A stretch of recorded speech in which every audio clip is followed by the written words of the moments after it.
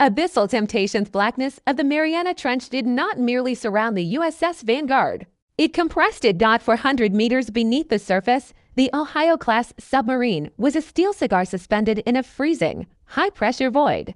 Inside the dimly lit attack center, the only real light emanated from the glowing blue waterfall displays of the BQQ-10 sonar suite. Contact, transient.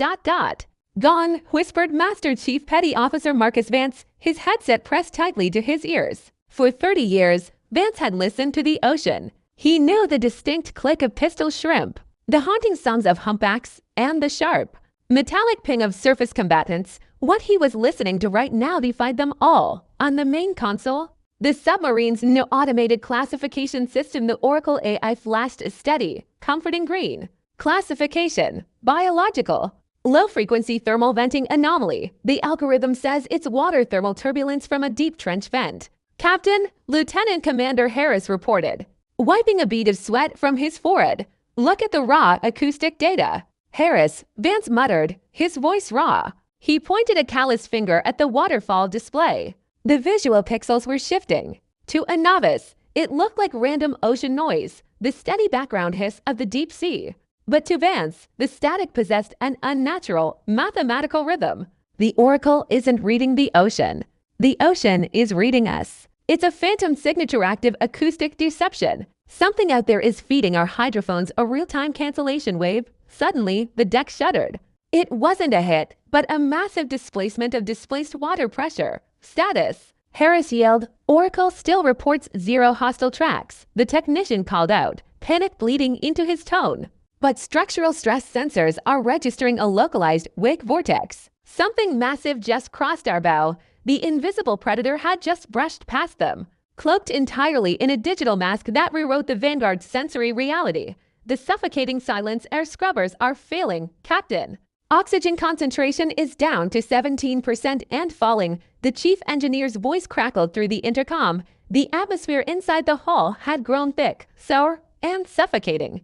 To prevent the unknown hunter from tracking their thermal and mechanical output, the Vanguard had gone into ultra-quiet status. The main reactor was dialed down to a whisper. The air conditioning was dead. The crew sat in darkness, illuminated only by emergency red battle lamps, breathing shallowly to conserve what little air remained. The claustrophobia was a physical weight. Every creak of the hull under the immense pressure sounded like a death knell. If we don't clear the scrubbers or surface, we suffocate in 2 hours, Harris whispered, his eyes wide and bloodshot in the crimson light. Captain, let me spool up Tube 1. We fire an acoustic homing Mk-48 torpedo down the bearing of that last displacement vortex. We have to force them to react. Negative, Commander.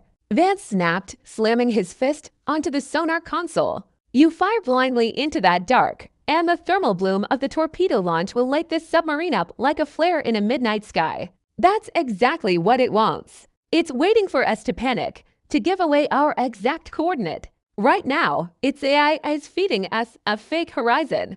If we fire based on what the screens are showing, we're aiming at a ghost and exposing our throat to a demon.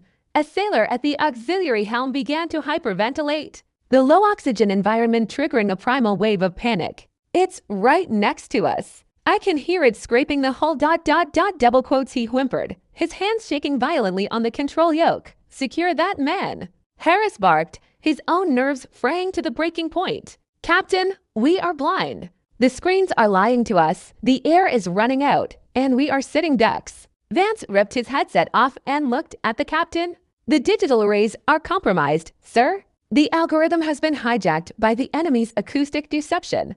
If we want to survive, we have to take the machines out of the loop. We go manual. The blind duel with the captain's grim nod.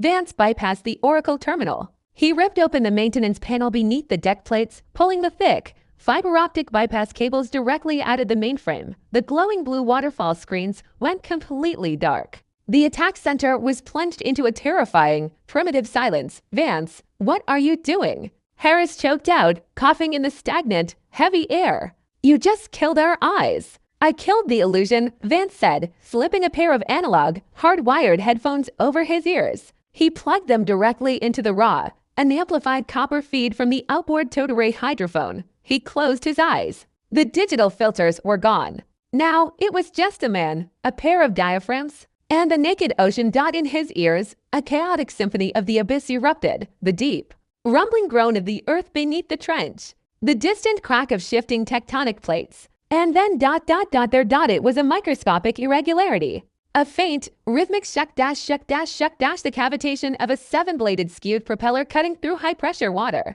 The enemy vessel was using an active counter-frequency to hide the sound, but by broadcasting the cancellation wave, they were creating a minuscule acoustic shadow, a dead zone where even the natural ambient noise of the ocean was missing. "I have the shadow," Vance whispered, his sweat dripping onto the metal deck. "He's not at bearing 040 like the AI said. He's hovering at bearing 185, matching our speed." "Sitting dead in our baffles, manually programming to 1, Harris said, his fingers trembling as he dialed mechanical coordinates into the old analog fire control plot. "Bearing 185, depth 300 meters. Wait," Vance breathed, his ears straining. The acoustic shadow was shifting shape. The enemy was turning, aligning their torpedo tubes. "He's spinning up his war shot. He's found us. Fire." Harris yelled, "Hold." Vance countered, his eyes snapping open. "He's baiting us again. He's pushing an acoustic decoy forward while he slips out to the flank." The oxygen-deprived crew held their breath, faces pale. Vance's mind raced through 30 years of hydrographic math. He ignored the loud, obvious decoy sound echoing in the water and focused entirely on the microscopic silence traveling to the left. Correction.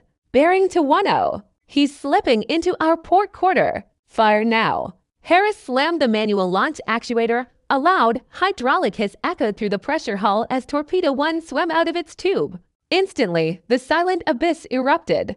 The enemy vessel, realizing its deception had been pierced, abandoned its acoustic mask. A sudden, frantic thrashing of high-speed turbine blades echoed through Vance's headphones as the enemy predator tried to flee the incoming weapon. Seconds stretched into eternity. Then, a distant, muffled thump vibrated through the hull of the Vanguard, followed by the sickening, high-pitched screech of collapsing steel chambers deep in the trench. The predator was gone. Vance. Harris gasped, clutching his chest as the emergency backup oxygen systems finally kicked in, pumping a cool, crisp hiss of fresh air into the darkroom. "How did you know?" Vance calmly hung his analog headphones back on the hook, looking at the dead digital screens. "A machine only knows what it's told, Commander. A sailor knows what he hears."